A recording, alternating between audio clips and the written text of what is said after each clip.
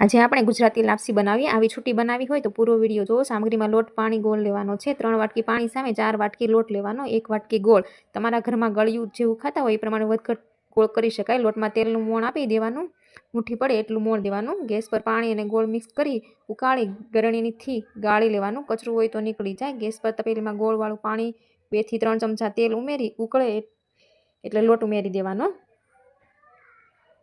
વેલણની મદદથી હોલ પાડી તેલ ઉમેરી ઢાંકણ બંધ કરી સ્લો ગેસ પર 5 થી 7 મિનિટ ચડવા દેવાની।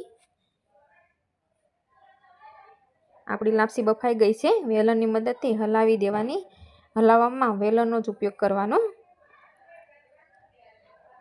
ઉપરથી જરૂર પ્રમાણે ઘી ઉમેરી મિક્સ કરી દઈશું। રેડી છે આપણી ગુજરાતી લાપસી।